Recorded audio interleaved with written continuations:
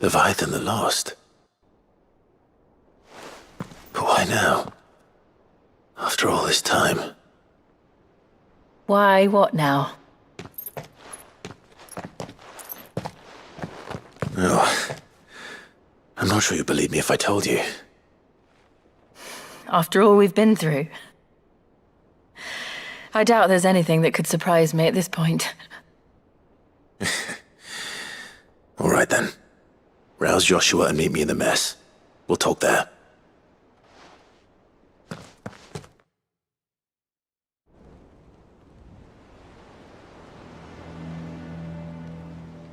I see we're all here. So, what is it this time?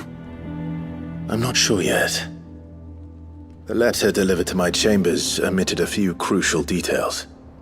Do we know its provenance? That was one of the details it omitted. But whoever the sender was, it seems the dame held them in high enough regard to point them in our direction. The dame? Well, she's not one to waste our time. It must be important. Important might be an understatement. If the letter is to be believed, Leviathan's dominant is in danger. And someone wants us to save him. Leviathan? So the Warden of Water has finally returned. What has it been? 100 years? More. The Lost moniker dates back at least that long. Even our venerable lawsman would not have been so much as a glint in his father's eye when last the mighty serpent brought his crushing waves to bear upon the realm. But why the gap? I know it can be a few years before a new dominant's born. But over a century? Should the dominant of Water's bloodline have been severed somehow, it could have prevented a new dominant from awakening. But if one has awakened now, he couldn't have chosen a worse time. Every nation in the realm has lost its dominant. If word gets out that there is still one to be had, they will stop at nothing to claim it for their own. And the twins will be at war again, just when humanity most needs to come together. Did the letter say anything else? Only that if I wish to know more, we must meet in person. And that the Veil can arrange a meeting. If nothing else, you can be certain it ain't a trap. Famous last words. I'm coming with you. As am I. Thank you. Both of you. And Otto? Yeah. I'll keep an eye on things here. Didn't fancy coming anyway. Thank you. I shall leave the Invincible in your capable hands.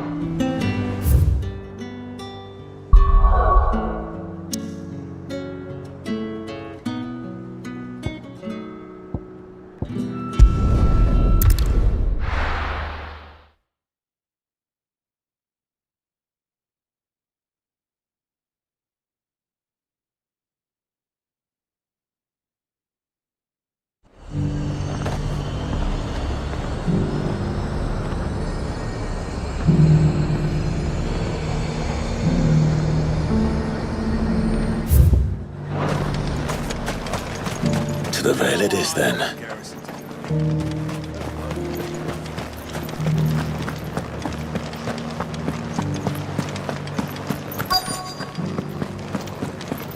Looks like you've got a thirst. But enough talk. How about we... Fancy a peek behind the veil, my lord?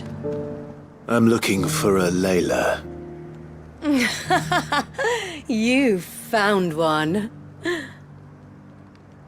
So, will your friends be joining in? Or just watching?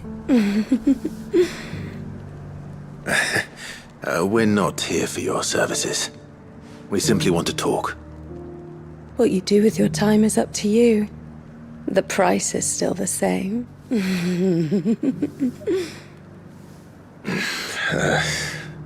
We're here about the letter.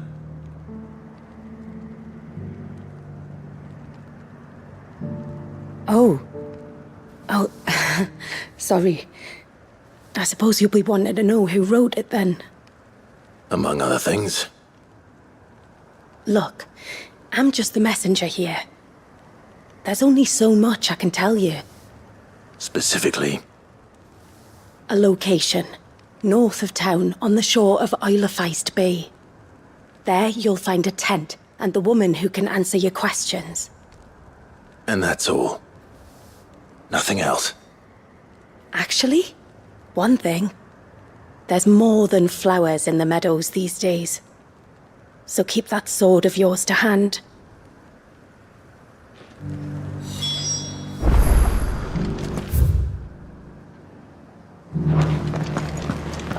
Does anyone else think it strange that this woman should prefer to keep to the outskirts of town?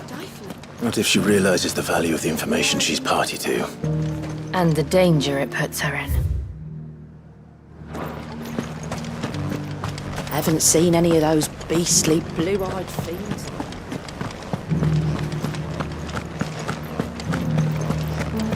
Do be careful. I will.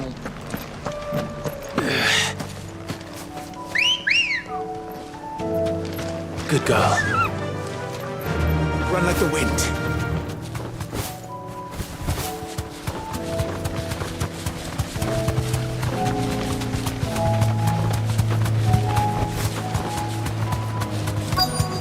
The tent is where Layla said it would be. Yes, but who awaits us inside?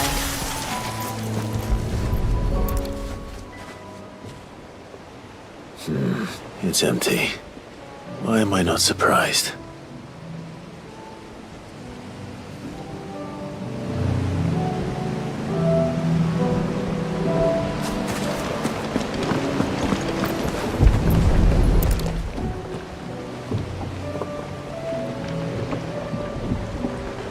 The boat.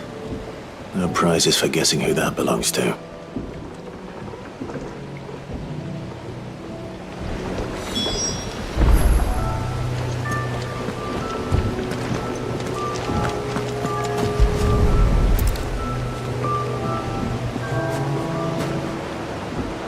The embers are still warm. So you're Sid.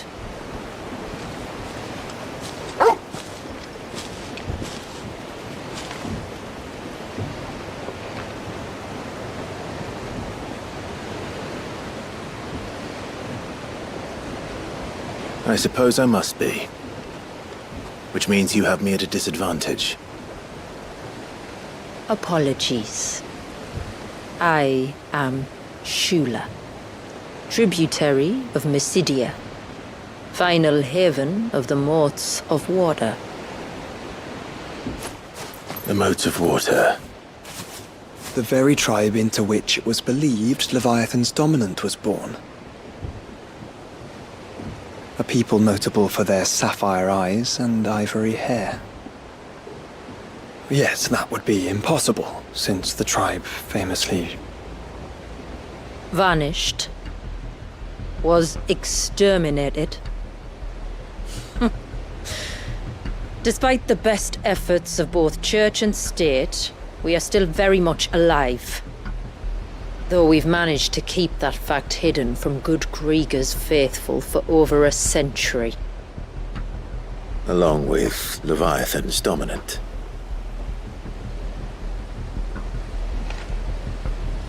That wave out there. What do you know of it? The surge. Only that it's been there a long time. Since the fall of Drake's Eye almost a century ago. Some claim the two are connected, but none can speak with any certainty. So in other words, you know nothing. Not that I'll hold it against you.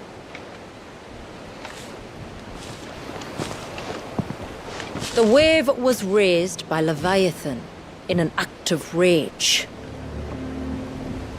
Moments before the waters were stayed, and the icon and its dominant bound within.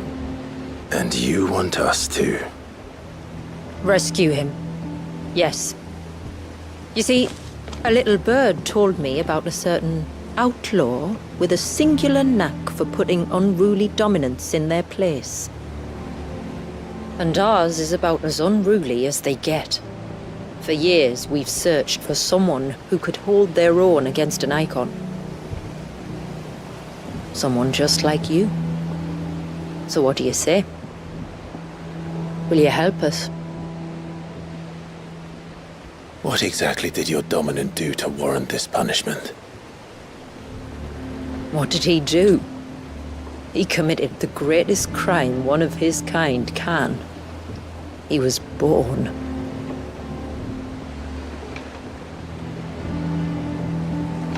But he deserves a better fate than the one my people forced upon him. He deserves to be free. As do we all. Very well. Far-fetched though your tale may seem, something tells me you speak in earnest. So we will do what we can for your dominant. But first, you will tell us everything you know about him and the means of his imprisonment. I can do better than that.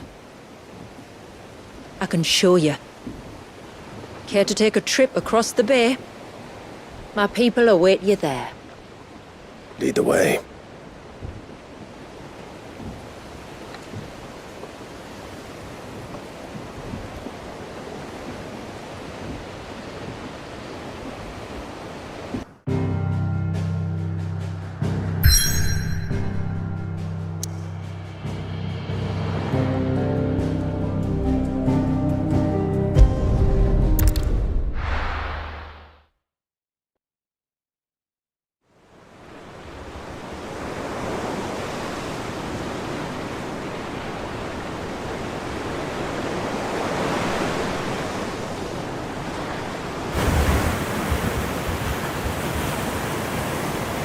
All right, you might want to hold on to something. We're coming up on the wall, and passing through can take a bit of getting used to. I don't see any wall. Of course you don't. That's the point. It's a glamour woven by our ancestors to keep our village hidden from prying eyes. But don't take my word for it. Watch.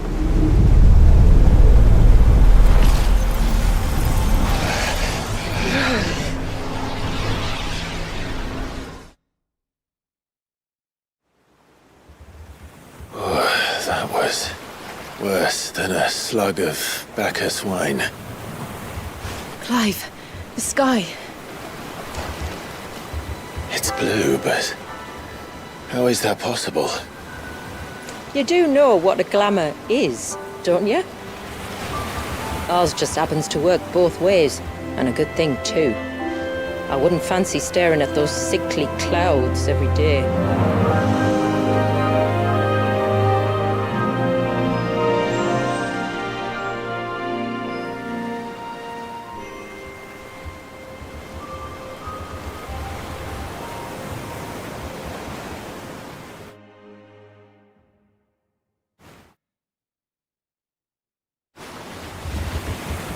And that concludes our little voyage. We're here.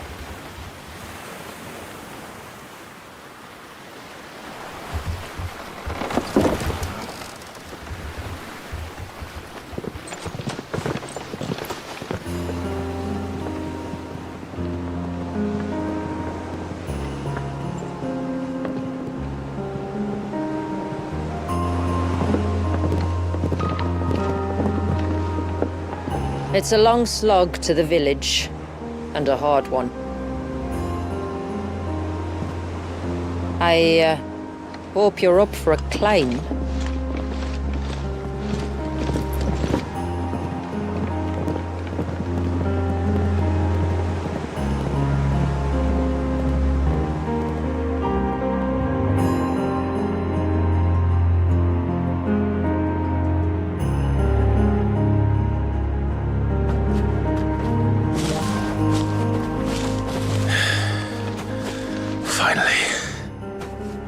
What?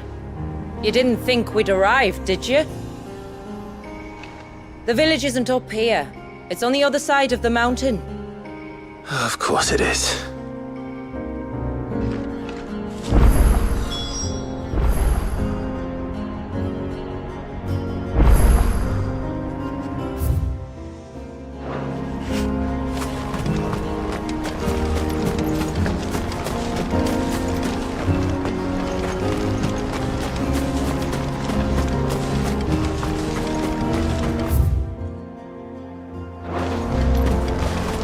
Watch yourself, Sid.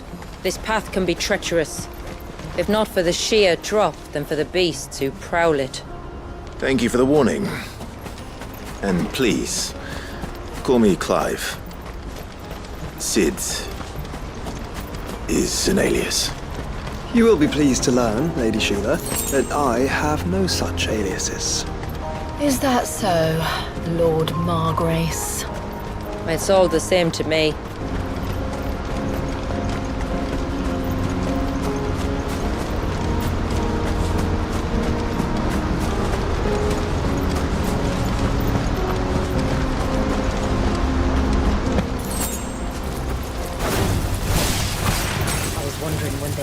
Scent. Stand back. We'll handle this. Oh, will you now? Shall I keep my acts and spells to myself, then?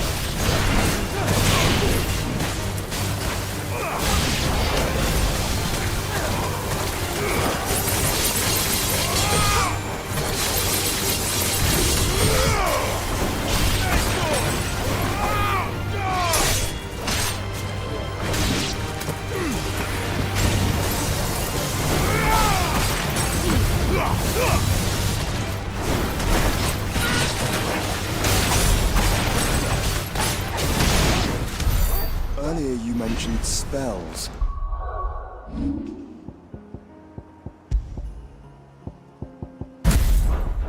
Yet I see you carry no crystals. Since when did a bearer ever need crystals? But then, where is your brand? Waiting for me in Sombrek, if I ever get careless. Then it's in for a long wait.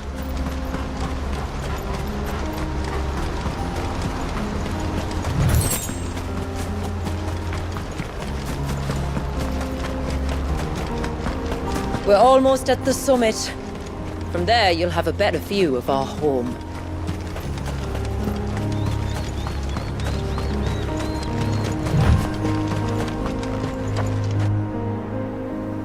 Few have ever set eyes on what I'm about to show you. Just so you know. This is not what I expected.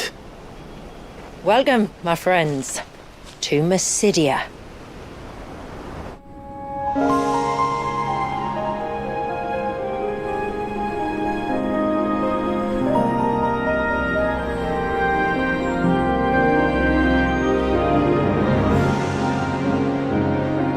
It's been a long time since I saw the North looking so...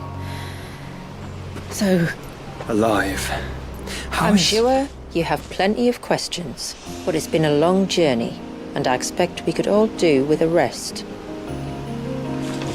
Our humble village is only a short way from here, if you'd care to accompany me.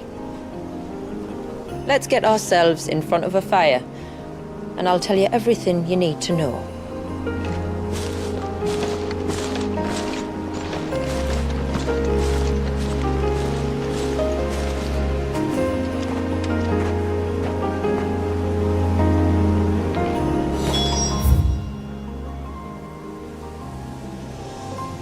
It's beautiful, Shula. And we aim to keep it that way.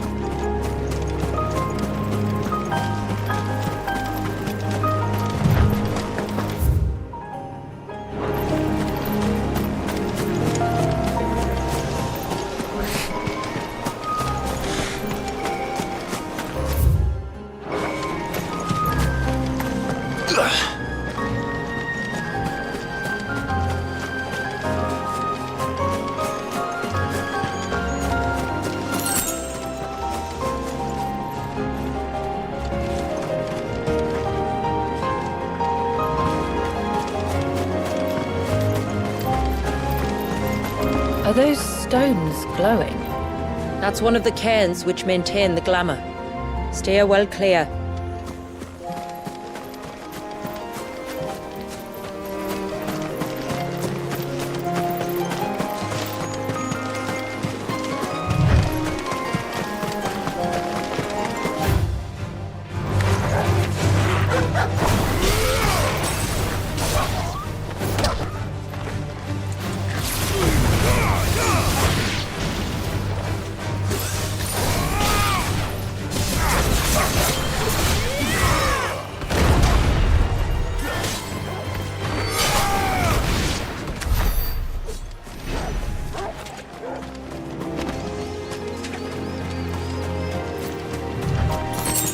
If the surge was an act of rage, One wonders what prompted it.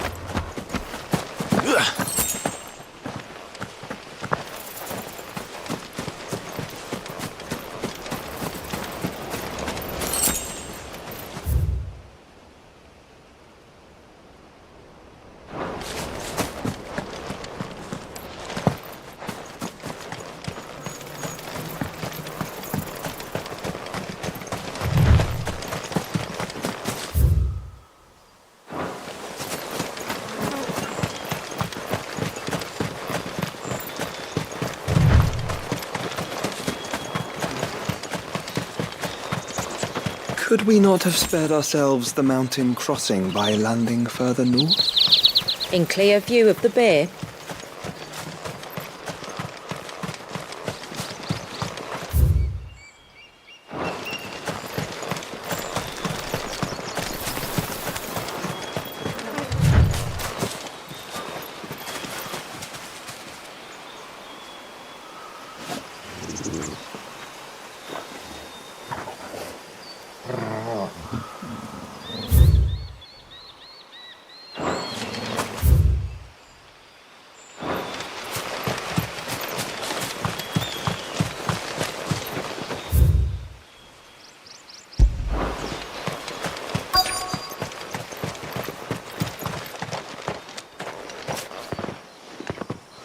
On evening tides. Does morning's light return? Open the gates! The tributary is home!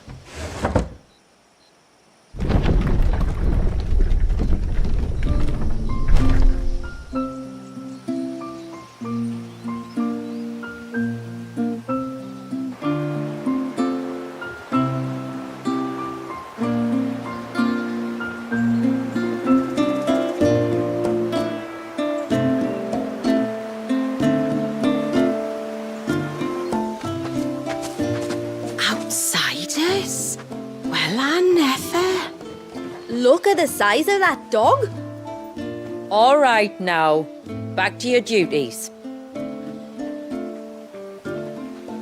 You'll have to forgive my people their curiosity.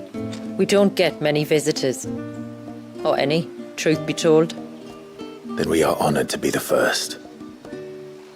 This is quite extraordinary. Like stepping into another world. So do you believe me now? You've made it difficult not to, my lady. But how did your people chance to settle here in the north? Unless I am much mistaken, the moats of water long called the coasts of southern Ash their home. Until Drake's Horn fell and the Blight forced them ever inland, where... We met our doom, along with our dominant. I see you've read the Gregorian Church's account, but perhaps you'd like to hear ours. That building over there is the Witten Hall. It's where my people gather to discuss matters of import. We can speak more inside, once the place is ready to receive you. It shouldn't take long, but you're welcome to explore the village while I see to things. Thank you. We'll do just that.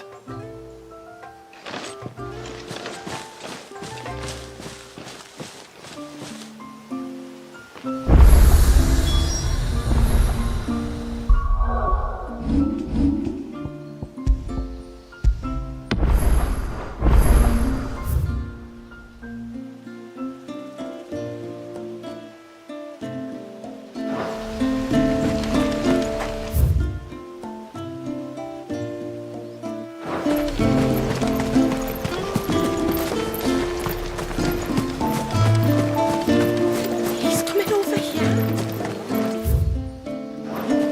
I don't know. The stalks are thin, the leaves limp.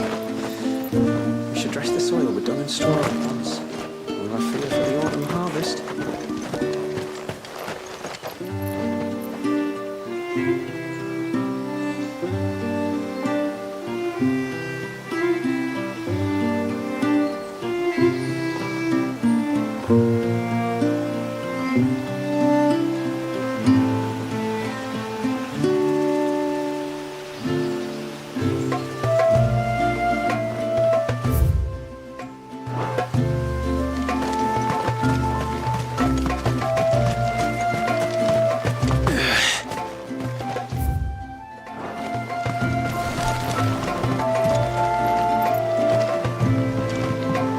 Just you stay away from that temple.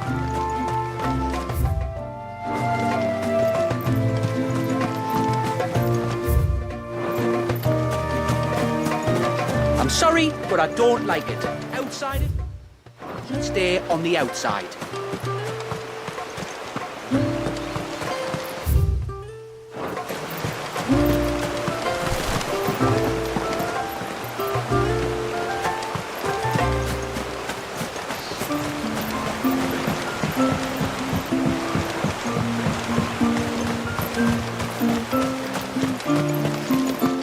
Welcome to Haven. The tributary awaits you within the Witten Hall.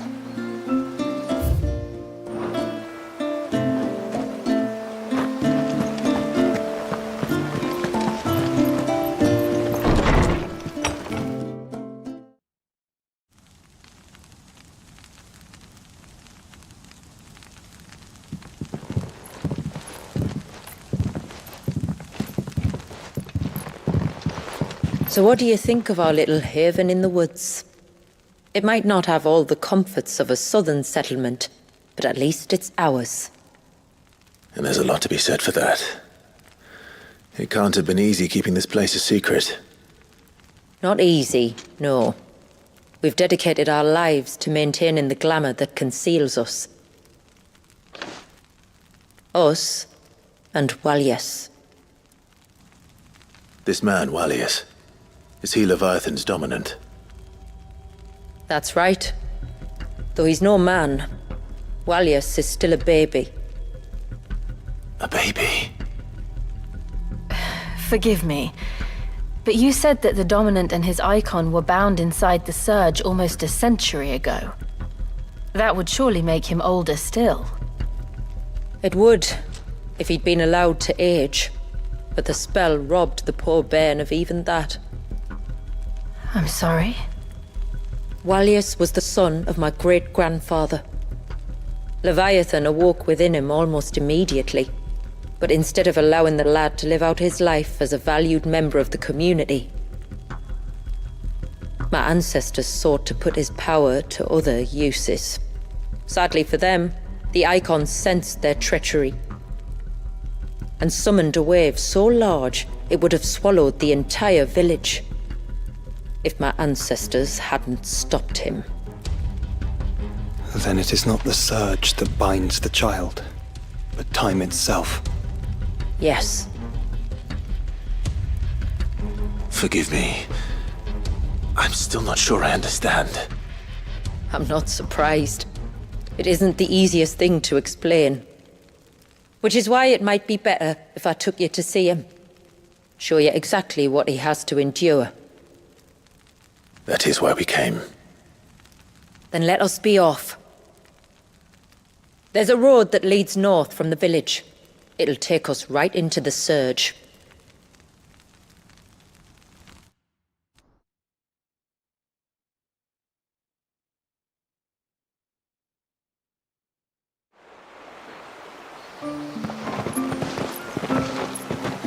Are you bound for the wave, tributary? We are, Delina. Have you spread the word about our guests? I have. Everyone knows to treat them as family. You shouldn't have any trouble now, but just in case, I would have you accept this symbol of our people.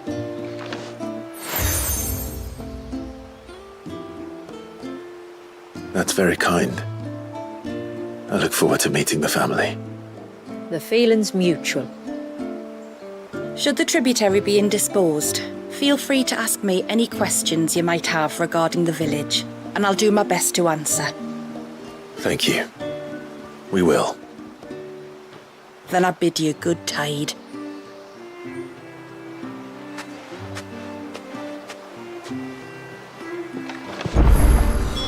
Our storehouse lies across the bridge. If you're short of supplies, you may find what you need there. Though we will have to ask you for recompense, poor as we are.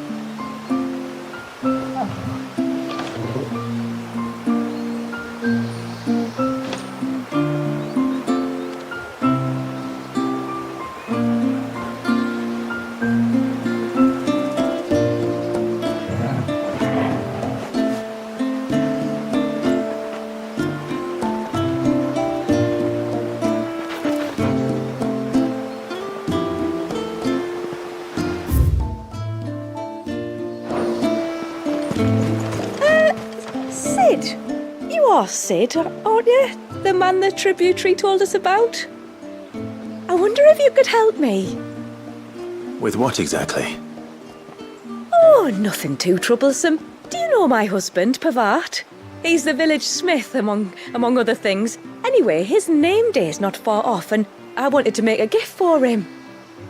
He's a craftsman, you see, and he's been fretting about running low on the flowers he uses for dye making, so I wondered if you might collect some for me and give them to him. Would this gift not be better coming from you? Perhaps, but it can't, for reasons I can't go into. Please, I know it sounds daft, but I'd be ever so grateful.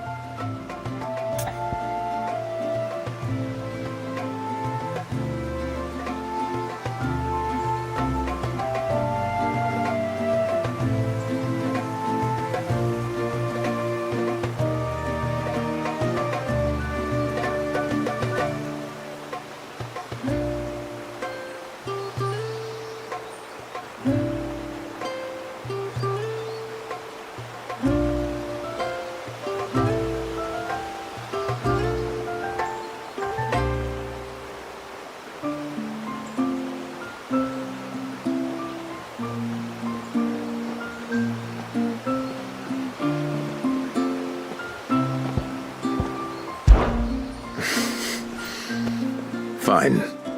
Which flowers does your husband need? The sweet little blue ones that grow around the fount. Elders' blessings, they're called. We use them to dye our fabrics so we always feel close to water like they are. You don't need to go to the trouble of picking them yourself, though. Just speak to the field hands and ask them to share their harvest with you. 2 basketfuls should be enough for my husband to be getting on with. 2 basketfuls it is.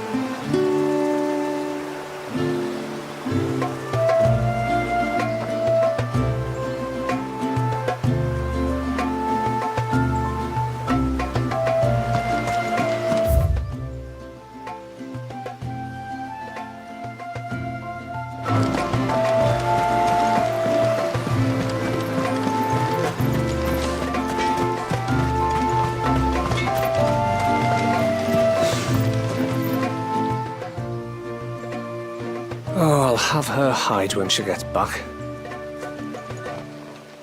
Oh, sorry. I was leagues away. How can I help you? If you're after something from the storehouse, it's actually my wife you'll want to talk to. She will have to charge you for the goods, though. Not that we'd fleece you or anything. It's just, you know, needs must. I understand. Saying that, she might not be able to get anything down for you for a bit. Ah, right. She's got her hands full with the inventory, you see. It should have been my daughter's job, really, but the willful little Rills decided to make herself scarce. The heavens only know where that girl's got to. If you'd like me to keep an eye out for her. Oh, no. I couldn't ask that of an outsider. Could I? You wouldn't mind? Of course not. She won't have gone far, will she? I hope not. But I've scoured the entire village for her and come up empty-handed. Can't help thinking she might have gone on another one of her little adventures. Ah, a free spirit, is she? Aye, that she is. Can't get her to sit still, especially once she heard you lot were on your way. Outsiders! You should have seen her little eyes light up. No, if she wanted to watch you arrive, she'd have made for the low gate where you first came in. The guard there might have spotted her. Maybe you could ask him. Ruka, her name is. All right.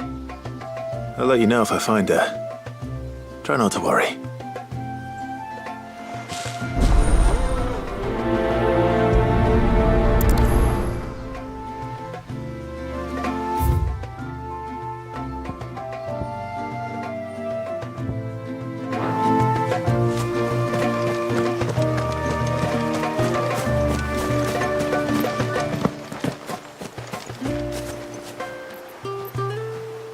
Excuse me. I wonder, might you be able to spare a basket of Elder's blessings? Pavard's wife tasked me with collecting some for her husband, and suggested that I speak to you. Ah. Werda wants you to bless her better half with the fruits of our labour, does she? Go on then. Give the old fool something to squirm about. I'm sorry. Ah, don't worry about it. An old fool Pavard may be, but if you come bearing gifts, he's not fool enough to turn you away. I'm glad to hear it. Thank you.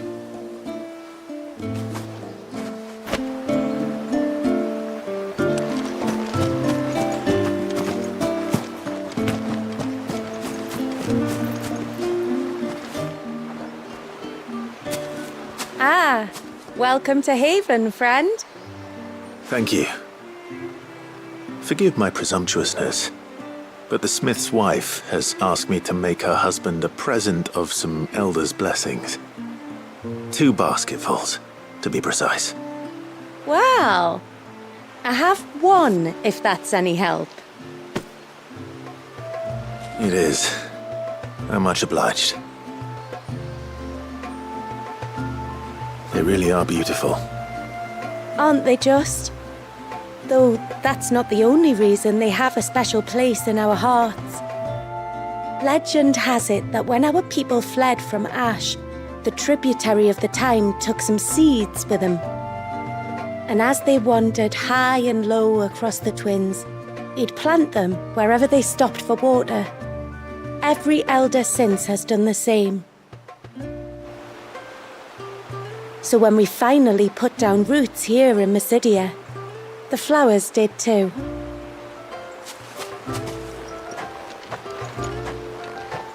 Well, that's 2 basketfuls. Time to visit Pavat.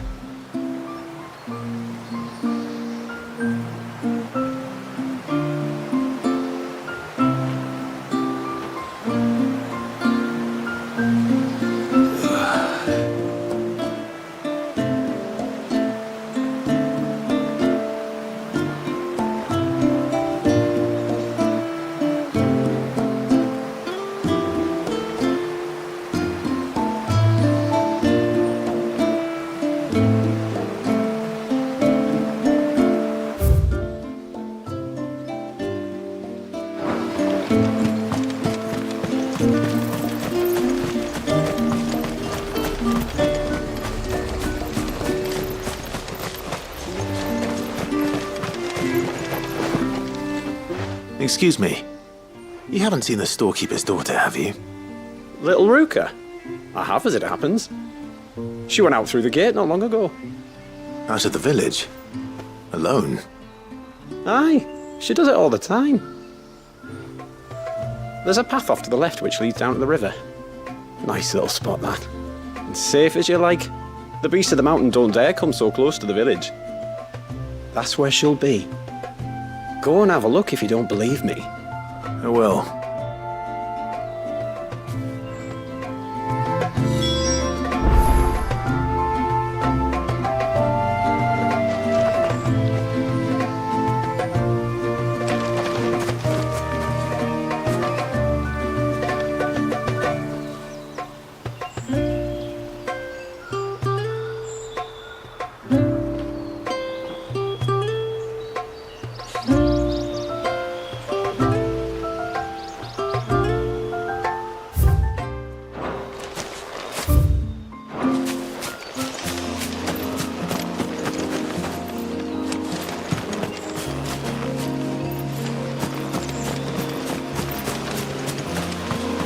This must be the path.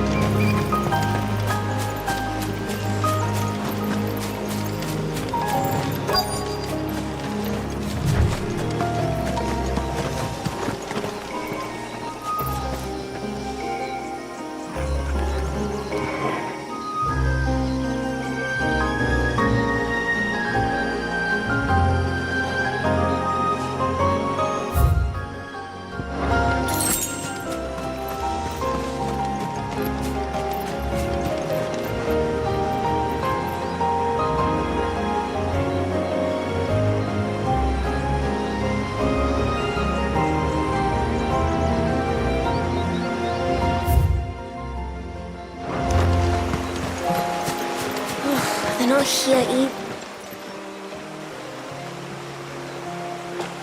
It's you!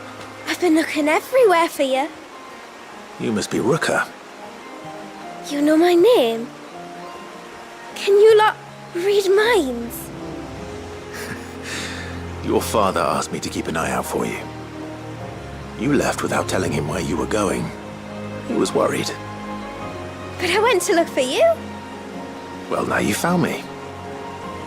What do you say we head back to the village and let your father know you're safe? All right. And on the way home, you can tell me all about the world beyond the wall. I want to know everything. Everything might be a stretch.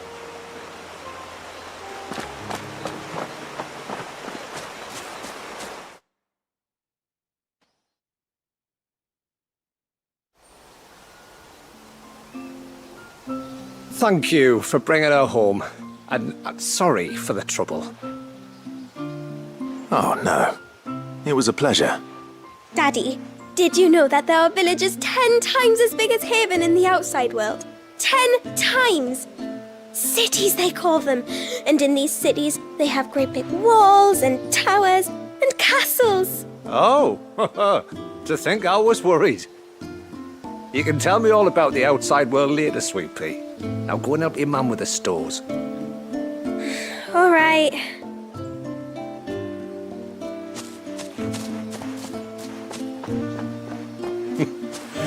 Thanks for putting up with her questions. She, has a lot of them.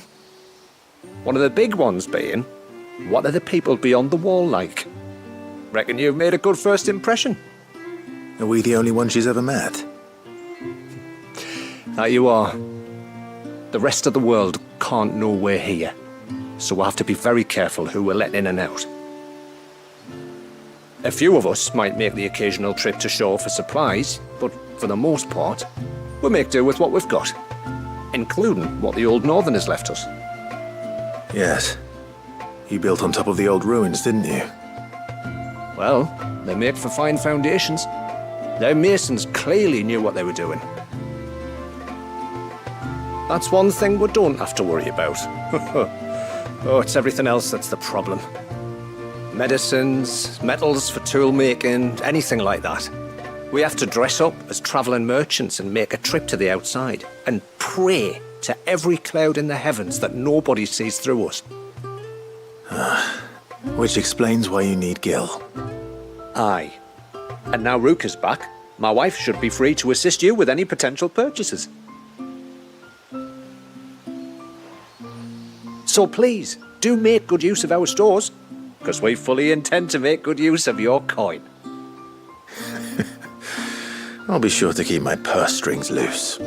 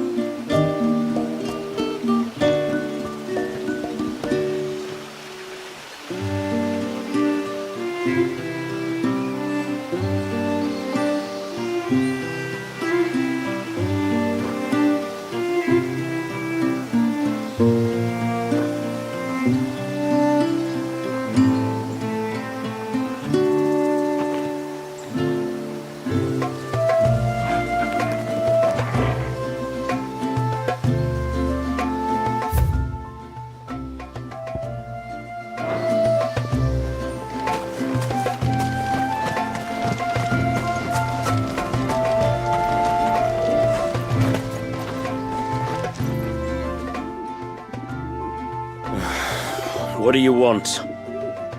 Your wife asked me to bring you these flowers.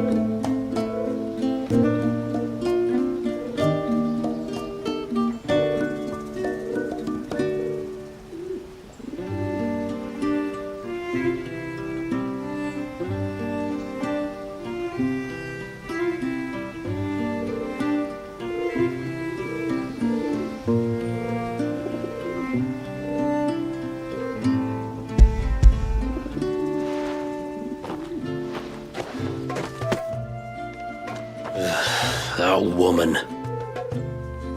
Come on. Who? Me?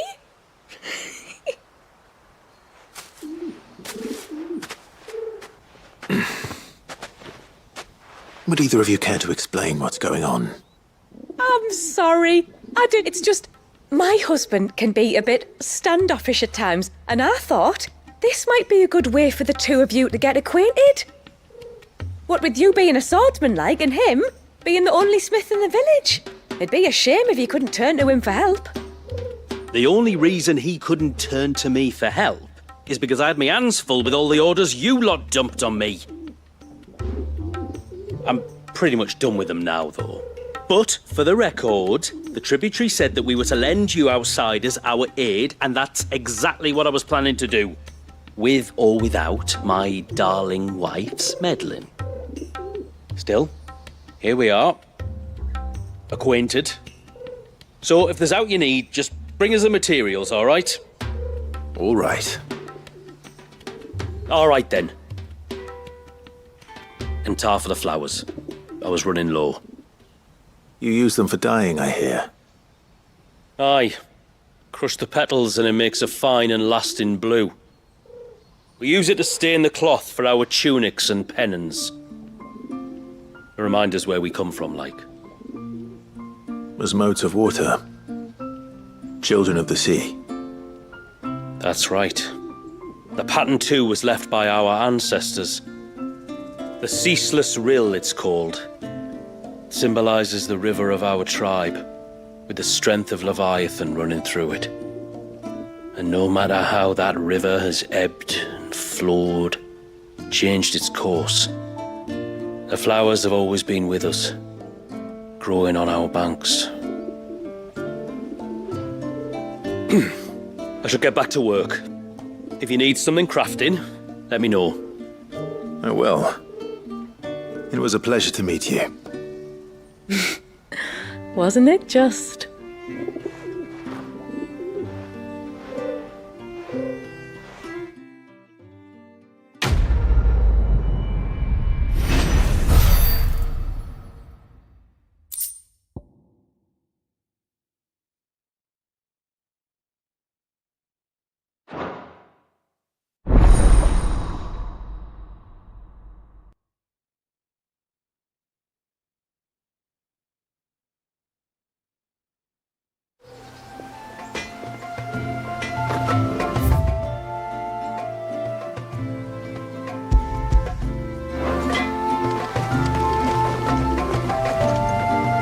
Reckon my steel's just as good as any.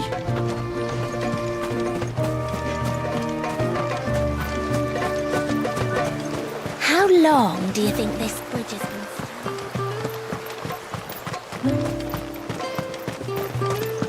been? Suddenly, there were curves everywhere. Did you hear that, girl? You're going with father today. If you don't mind, Mother, I'm in a hurry.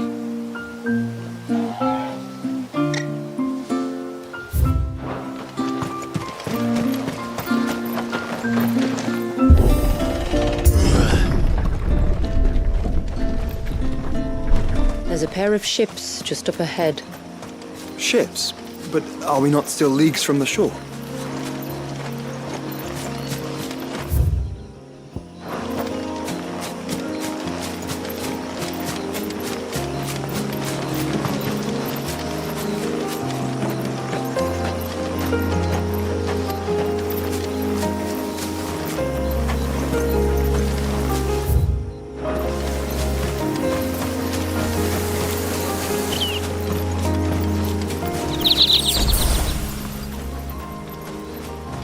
The quickest route to the surge is due east, past the second galley.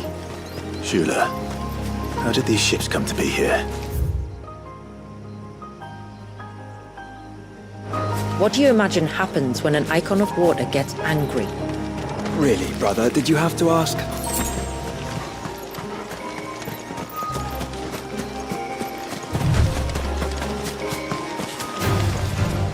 Tonberries. Foul creatures consumed by their hatred for everyone and everything. Everything save sharp knives, it seems.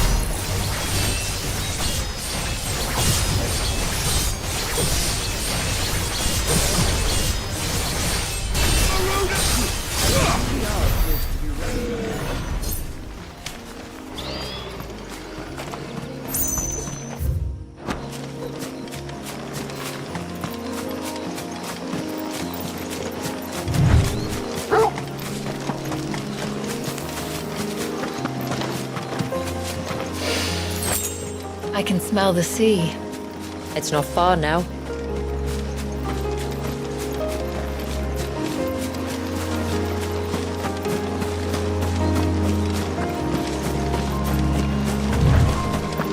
How will we reach the surge?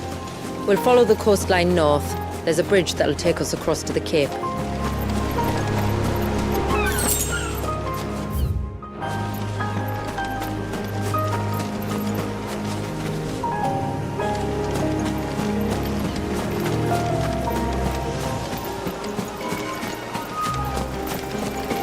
Might I inquire about the Ray of Light? It's what prevents the surge from being reclaimed by the sea. And Dwalius by his people.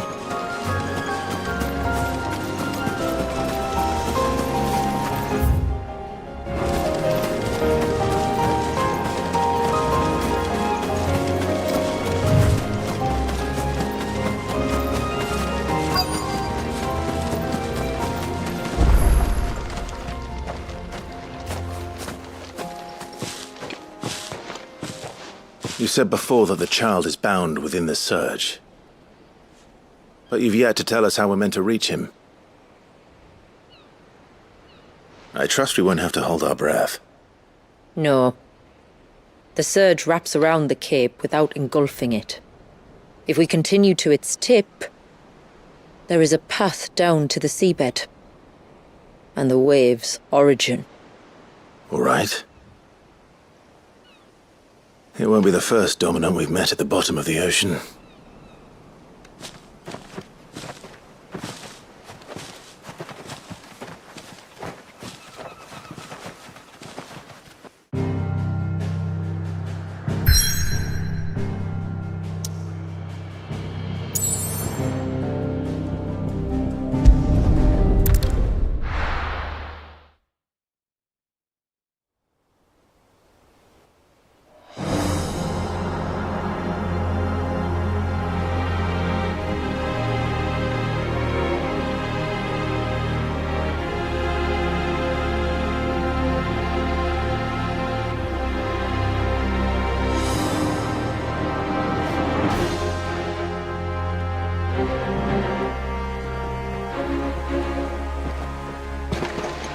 It's not much further now.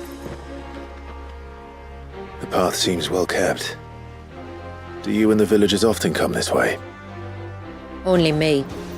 Once every new moon without fail. It is my duty both as village elder and Walius's descendant. But surely no one blames you for what happened. Why should you bear the responsibility alone? You misunderstand. I do it because I want to show him that he isn't alone, and that there are still some of us who would see an end to his suffering. Suffering you will soon witness with your own eyes.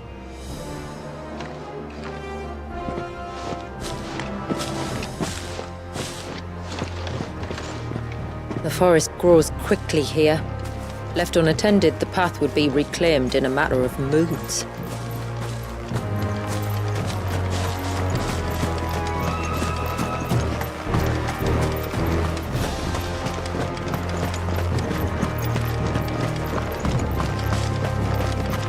Does the light point the way to the child? It does indeed.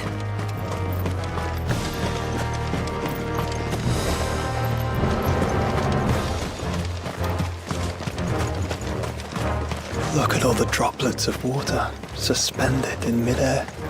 Where they have remained untouched by time for 80 summers. It's not right. No. It's not.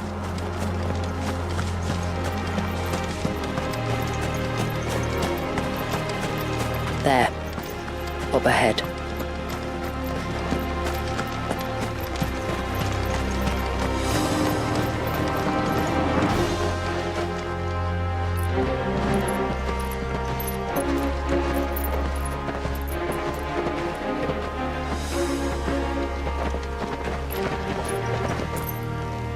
Down in the center.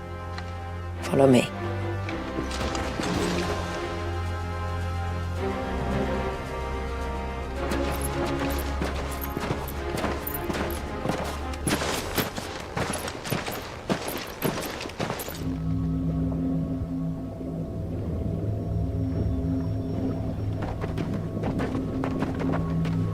He's still primed. I'll never forget my first priming.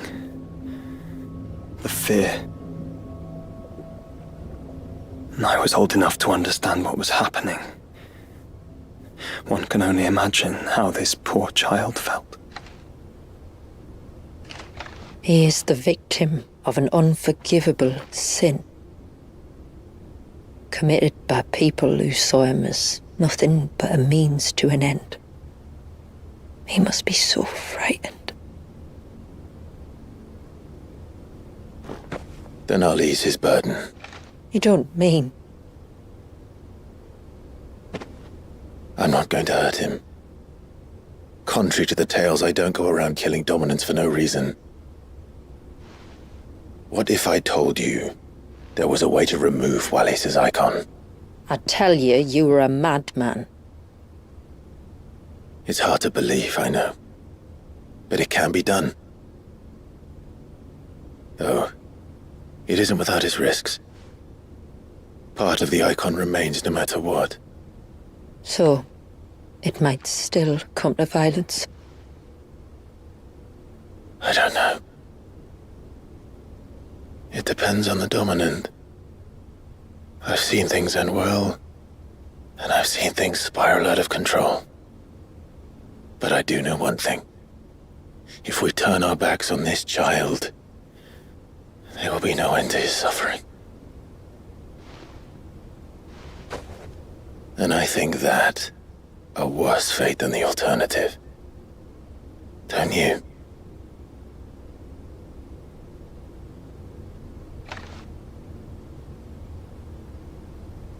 Very well.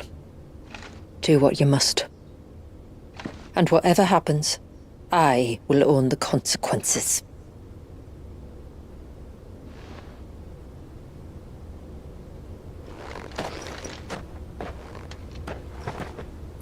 Don't be afraid, little one. Let me bear the weight.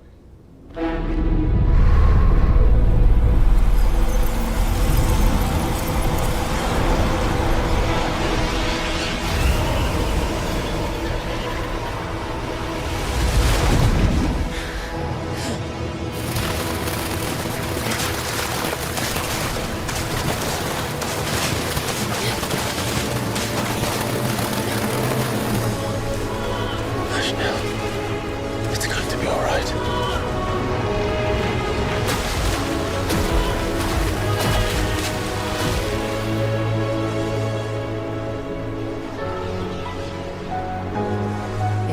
Is it done?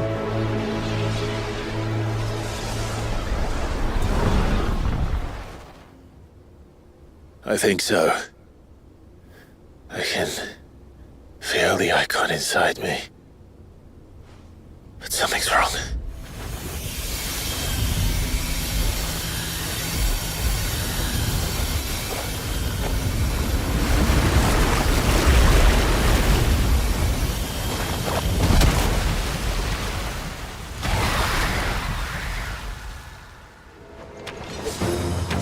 He wasn't just afraid. He was angry. All right. Let's see what you've given me.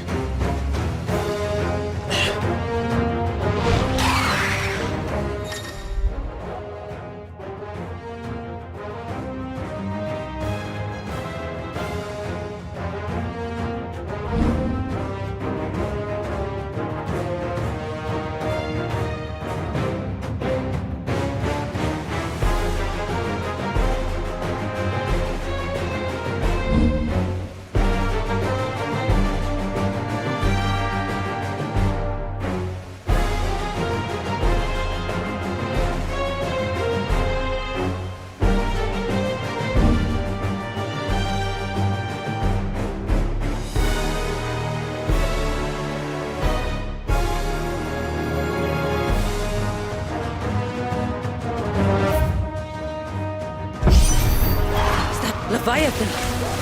No, just an enemy, but a formidable adversary nonetheless.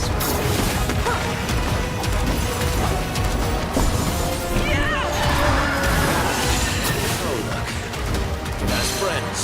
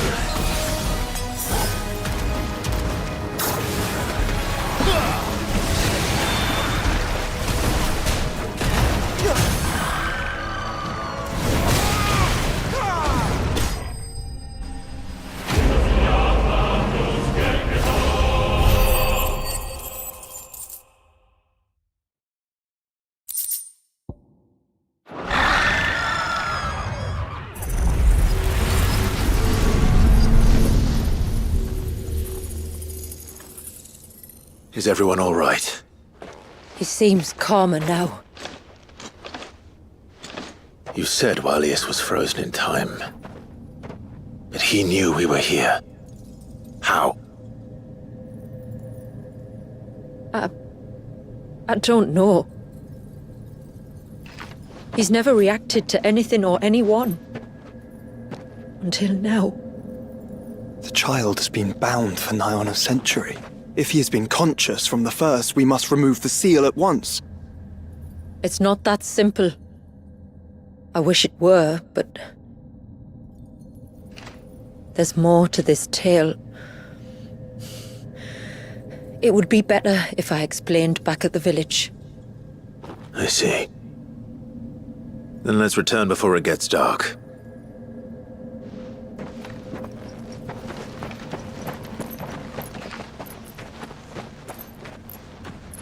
I'm sorry, Walius. I will make this right.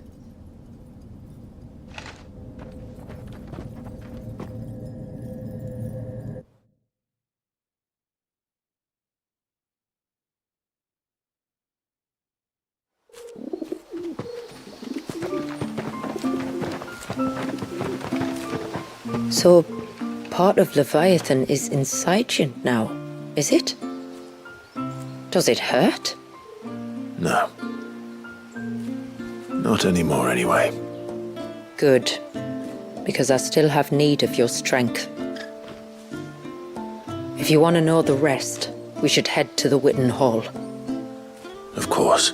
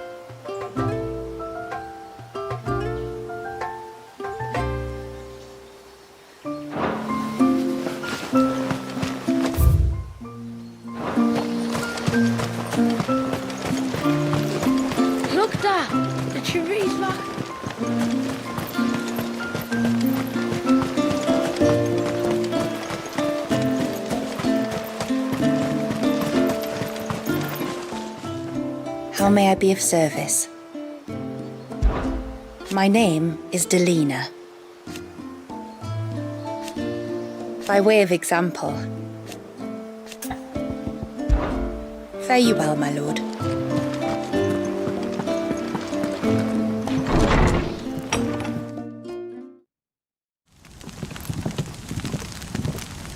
To understand the spell which binds Walius, you must first know who we are and what drove my forebears to commit such an atrocity. This tapestry is our story, the one that brought us here. After generations of wandering, my people sought refuge in northeastern Storm, some 170 years ago. But in exchange for our safety, the Gregorian Church demanded we renounce our faith and branded us heretics when we could not. To be exterminated, as a lesson to others.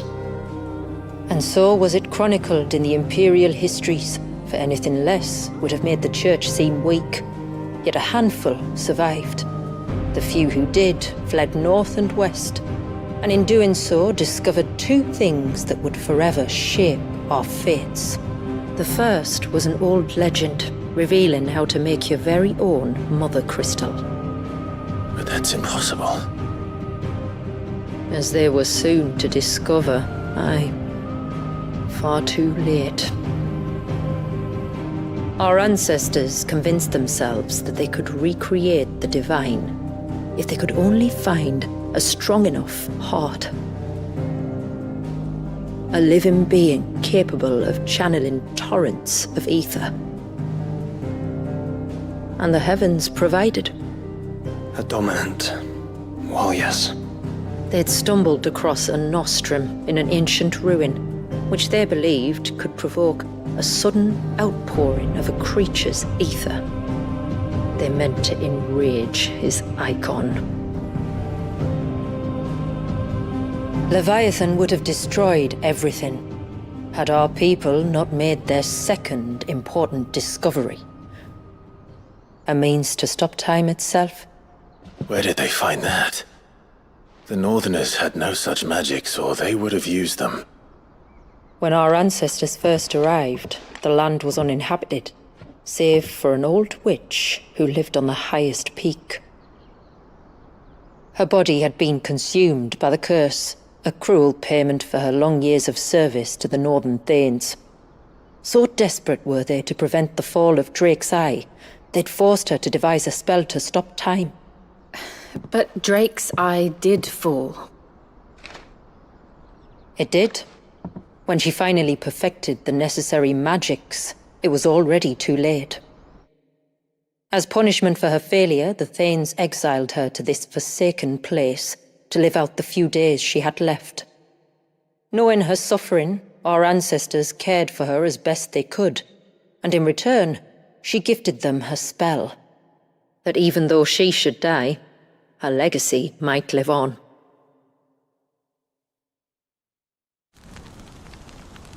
So armed with both the knowledge of the ancients and the secrets of time, our ancestors settled upon an ambitious plan. They would create a new mother crystal and enchant it that it might endure for all eternity. Thus would our people's wandering, our suffering, finally end, and prosperity visit us once more. And all it would require was the sacrifice of a single child. A small price to pay, or so they believed. Another victim of man's blind reliance on the mother crystals. So we know the seal source. How do we break it and restore the flow of time? Do you recall the dome of light on top of the cliffs to the west? Inside lie the ruins of an old temple. It was there that the witch built the Vare, a conduit of sorts that channels her remaining ether into the surge. But it's been a long time since anyone set foot in the place. And now there are others who claim it as their own. Then we shall go prepared for a fight. That said, it may be best if one of us stays behind. You think the village could be in danger? We saw the ether flow from Wallius in all directions, but only encountered a single familiar. There will be more. And should even one make its way here, I doubt the walls could hold it back for long. Then I shall stay. The Phoenix will see your people safe, tributary. You have my thanks. Very well. We should depart at once. I fear time may no longer be a luxury we can afford.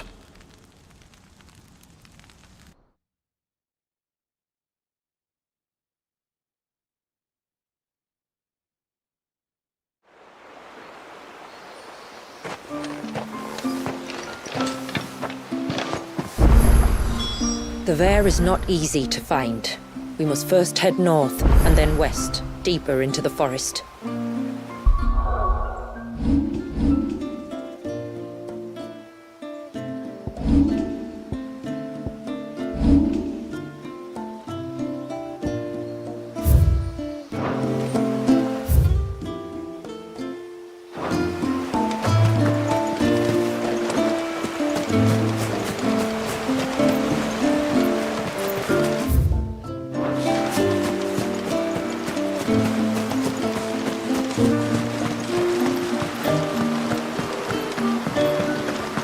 sign of the child. Reckon my steel's just as good as any.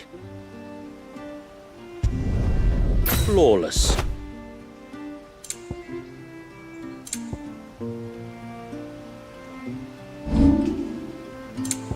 Till next time, then.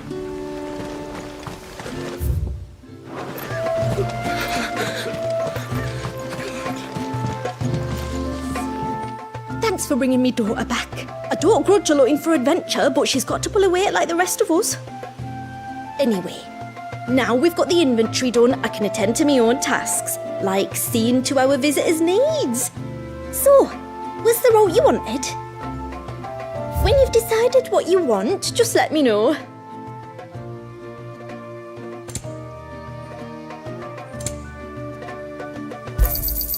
Here you are.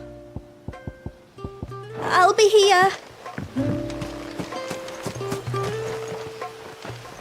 Just try to breathe. That's it. Is everything all right? Ah, you're the outsider. I'm Fannet, healer by trade. And this is Talor, one of my patients. He took ill not long after you arrived. Nothing too serious, I hope. I hope so too, but... But? This affliction, it's like nothing I've ever seen before. He complains of feeling chilled to the bone, but there's no fever to go with it. And my most powerful antalgic hasn't done a thing to ease the pain in his chest. I'm starting to wonder if his condition might require a different kind of treatment altogether. Shula said that you were here to help us. You couldn't help me, could you? I'd be happy to. If I can. You can, don't worry. All I need you to do is speak to Talor's son, Pavat, over at the forge, and ask if he knows what his father was up to before he came down sick. Something must have caused this, and I want to find out what. The trouble is, Talor's too weak to speak, and I can't leave his side for long. So while you talk to Pavat, I'll pay his wife word a quick visit, just in case she knows anything. All right.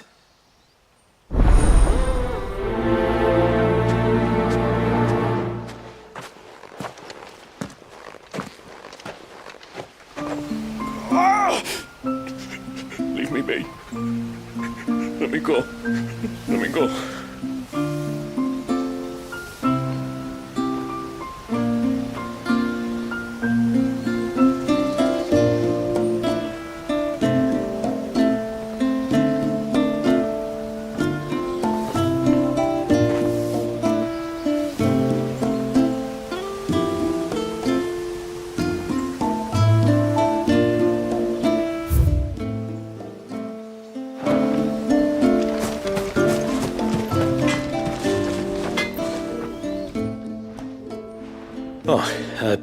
Do you need something? I do, though not from the forge. Fannet asked me to speak with you. She's looking into the cause of your father's illness and wondered if you could shed any light on the matter. I see. Sorry. She shouldn't have dragged you into this. It's no trouble, really. Tell me, did your father do anything out of the ordinary before he fell ill? Not that I know of. But then I hardly see him. He's always out and about, like. Well, at least he was. Suppose he might have been a bit more fidgety than usual, but apart from that... When you say out and about, where does he usually go? Just round the village. Wanders over to Blazier's place most days. He's a fisher who lives on the other side of the fount. They're old friends. Maybe he knows something I don't. Maybe. I'll go and speak with him.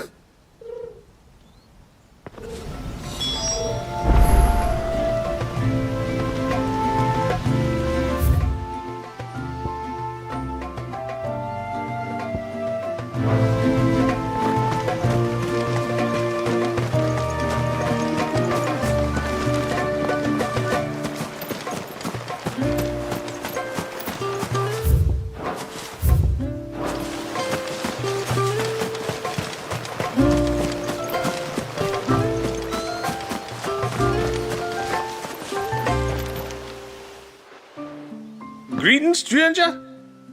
What can I do for you? Your name is Blazir, is it not?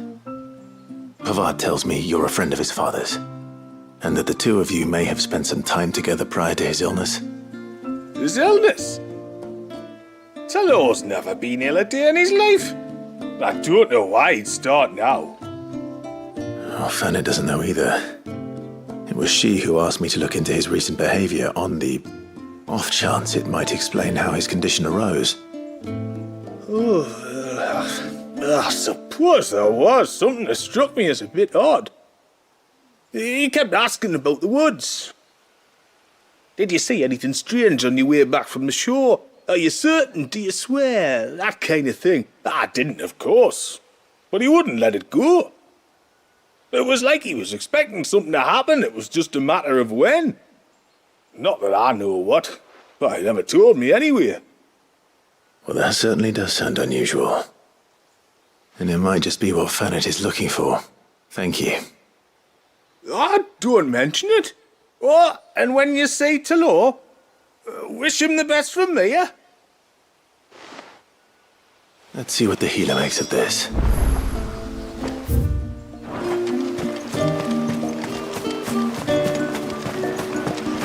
If we pick too many of the flowers, there won't be enough.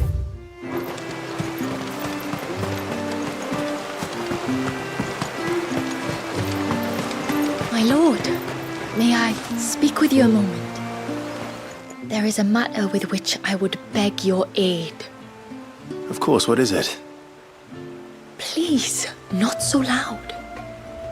Something serious then? Yes. I think we might have company. I was passing by the low gate when I saw a figure moving among the trees up on the cloak.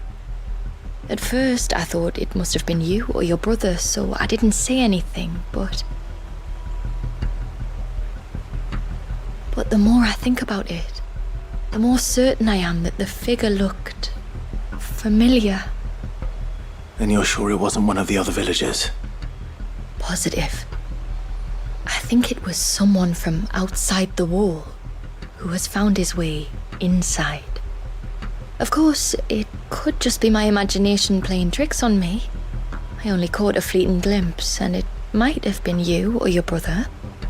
But if it is who I think it is, we cannot allow him to leave now that he knows we're here.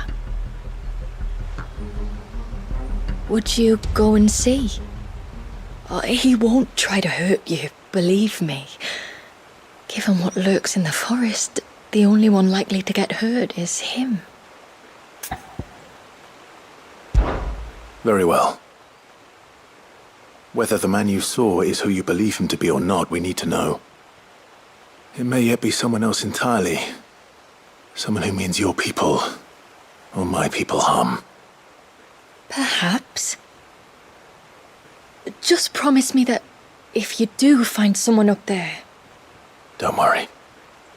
I won't draw my sword unless I need to. Thank you. Yamila, this man you saw, might he be the customer you told me of? I fear so. The customer? I'll explain later. Come on.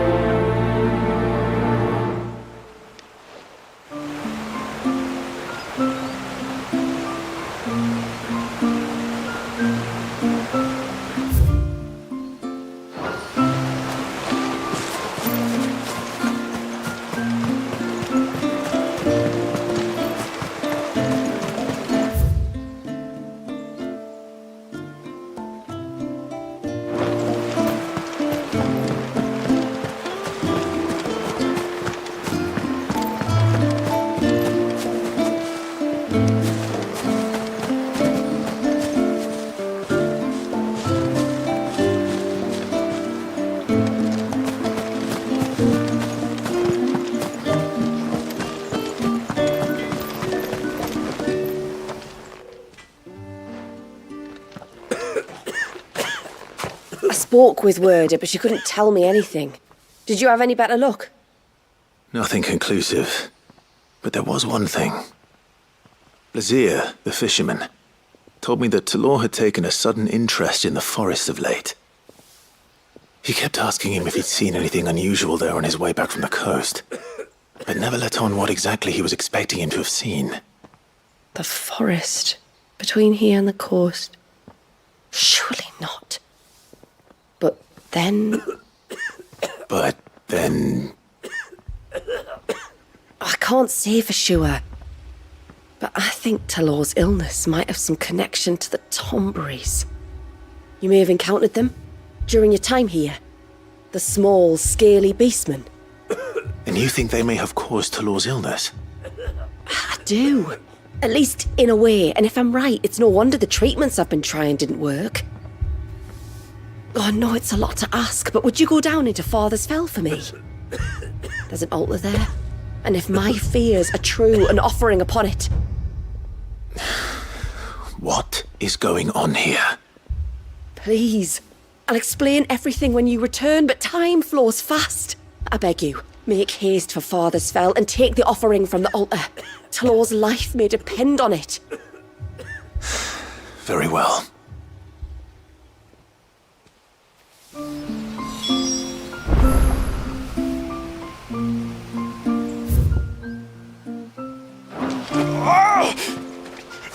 Leave me be. Bastard things. Oh, I never should have let him go alone. Ty, take me, what am I gonna do? You've got to help me. Shula said you were a force to be reckoned with. Are you? Why do you ask? Eh? Oh, sorry. I should explain. My name's Kitav. I'm worried about a friend of mine. He went into the forest and he hasn't come back. Would you help me find him? I can try. Tell me what I need to know. Of course. You know about the glamour our ancestors cast to keep this place hidden, right? Shula told us about it, yes. Right. So you know the cairns we use to maintain the spell? Well, it's me and my friend's job to maintain them. If it weren't for the likes of us, it would have faded years ago. So your friend went into the forest to visit one of these cairns? Aye, that's right. He said he was going down to Father's Fell. There are 2 cairns out that way, one by the banks of the Swift Run and another near the Winged Wains, the ships in the forest. All right. How will I know this friend of yours? His name's Nassef. He's about my height, but clean-shaven. If you could track him down and see that he's come to no harm, I'd be much obliged. I'll search the village, just in case anyone's seen him, and meet you back here. Very well.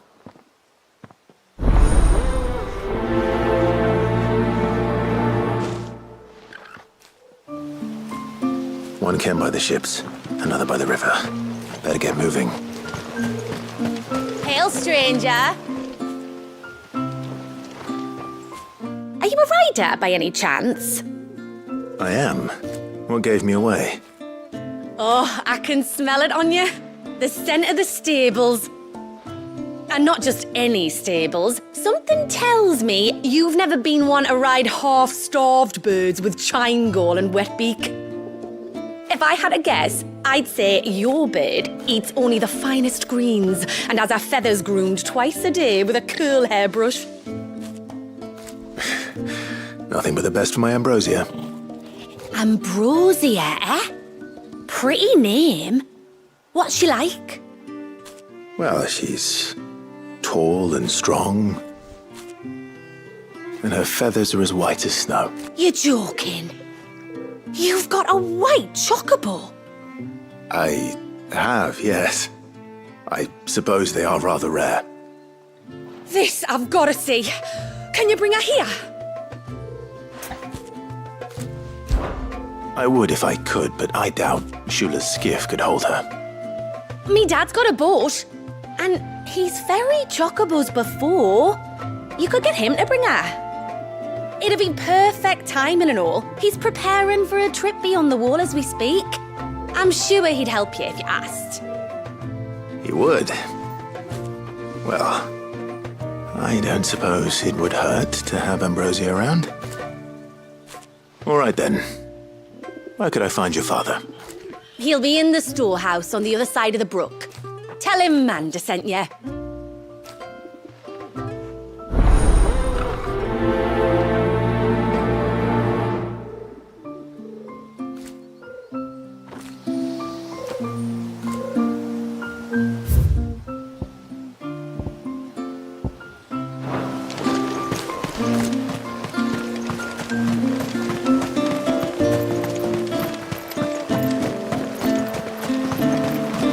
Bastard things.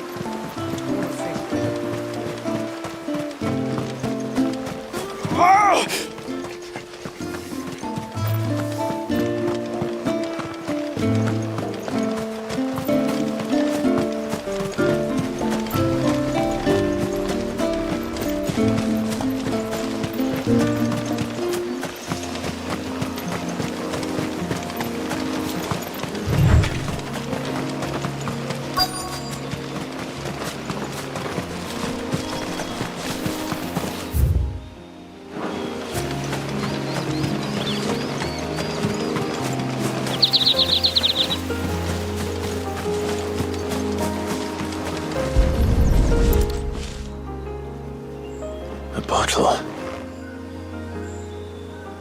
Breath of the Arbor. Perfume from Sunbrag.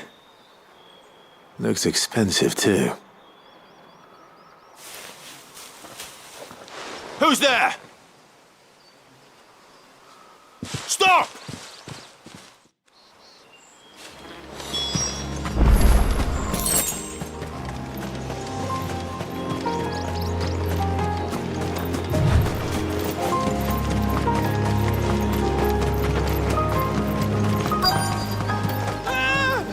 No! No! Hang on! I'm coming!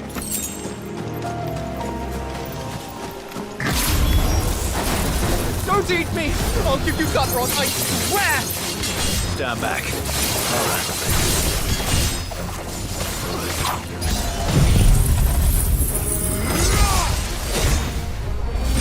Farewell.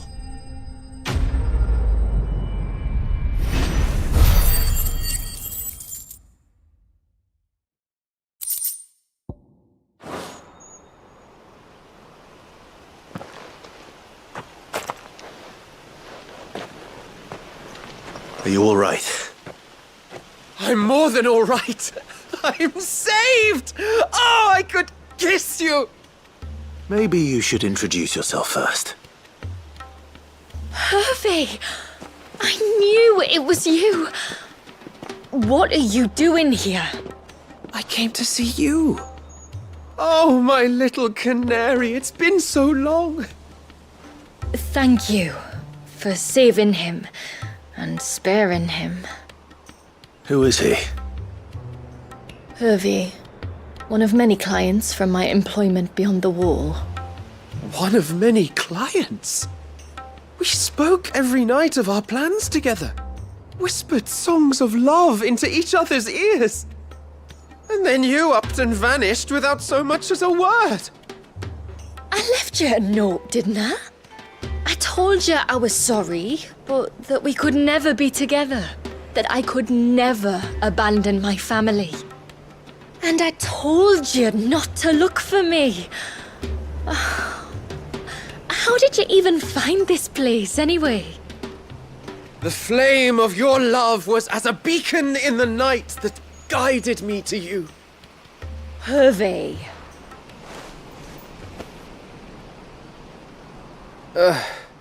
I was walking by the coast near Northreach when I saw a lady who looked like you. Eyes like the ocean. Hair like the driven snow. The next moment, she and her companions were jumping in a skiff and sailing out towards the wave. So I, borrowed the nearest boat and started rowing. It must have been Shula bringing us here. So what? You rowed, found a nose how many leagues across the bay, simply because you saw a woman with white hair. And as I did, the skies changed from a dull and hopeless grey to a bright and benevolent blue. That was when I knew for certain that my little canary was close. Oh, why did you come? You should have forgotten me, as I tried to forget you. I cannot leave my people, Hervé. And now that you know about this place, neither can you. We must return to Haven and accept my family's judgment.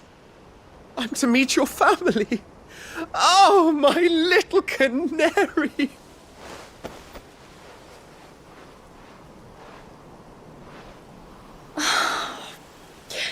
Please, come and see me later. You did as I asked, and you must be rewarded for it. But first, follow me, Hervé. To the end of the world and beyond.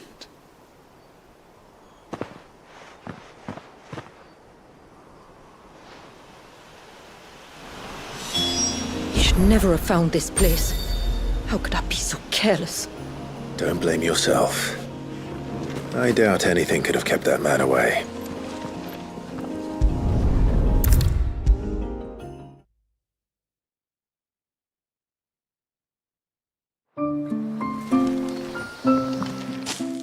Forgive me.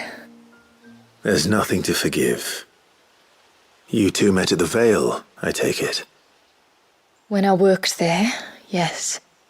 To earn the coin that my people need to survive. Though Mysidia is our sanctuary, there are certain necessities that it cannot provide. And for that reason, some of us seek employment beyond the wall. Yet few are the opportunities for followers of a strange faith in a strange land. And so you supported your family as best you could? I did. And I have never regretted it for a moment. I found a second family in the Vale. And in the Dame, a second mother. I also found Hervé. But our love could never be. I knew that if I revealed my secret to him, I would be putting my people in danger. But that if I did not, I would be living a lie, unable to return home.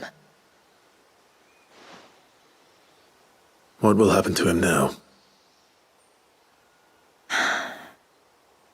Since our people settled in Mysidia, uninvited visitors have been few and far between. But not unknown. Explorers, survivors of shipwrecks. None lasted long. I see. That was before my time, you understand. I've never had to make a decision like this before. Yamila, know that I do not blame you for any of this. It was me who decided to make the trip to shore. Me who exposed our secret. This was my mistake, and I shall bear the responsibility. Thank you, tributary. I only beg you to remember that Hervé means us no ill will. He's just a fool. A fool who loves me. I will take that into consideration. But yours is not the only voice I must listen to. The whole family must be consulted, and it may take time for me to arrive at my decision. I hope you understand. Of course, tributary. However long it takes. Come what may, I thank you, my lord, for bringing us back together.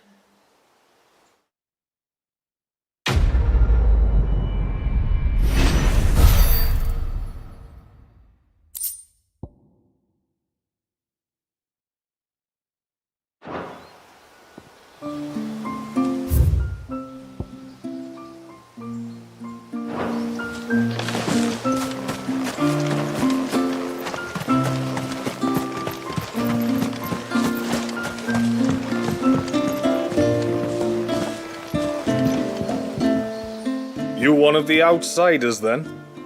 I am. Shula invited me. Are you Manda's father? I am. Got you running errands for her already, has she? She's asked to see my chocobo, but I'd need your help and your boat to bring her here. Or you could just say no. Honestly, that girl and her birds, she'll be growing feathers soon enough. Well, truth be told, I didn't take the idea seriously at first. But thinking about it, it would make it easier to get around if I had Ambrosia here. Can you help? Well, if you're sure that's what you want.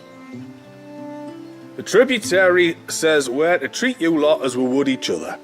So, if you need me to ferry your bird over, then that's what I'll do. Still, they don't take the water easily. I'll need you to bring us a mimic goat or two to keep her calm on the journey over. And where would I find one of those? Oh, don't ask me. It's been years since I last brought a chocobo across the bay, and I'm told the world's changed a fair bit since then. Where do you usually get your stable supplies from? Well, the man who made Ambrosia's tack lived in Martha's Rest, and if I remember correctly, he traded in chocobo feed too. So I suppose I'll go and ask him. I'll be sailing over to Northreach soon to pick up some supplies. While I do that, you collect your bird and your gourd, and then meet me by the shore.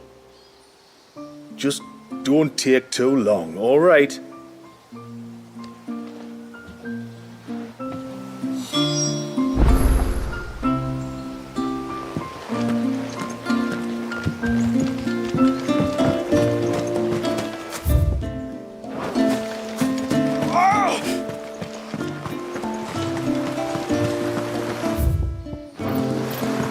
Bastard things.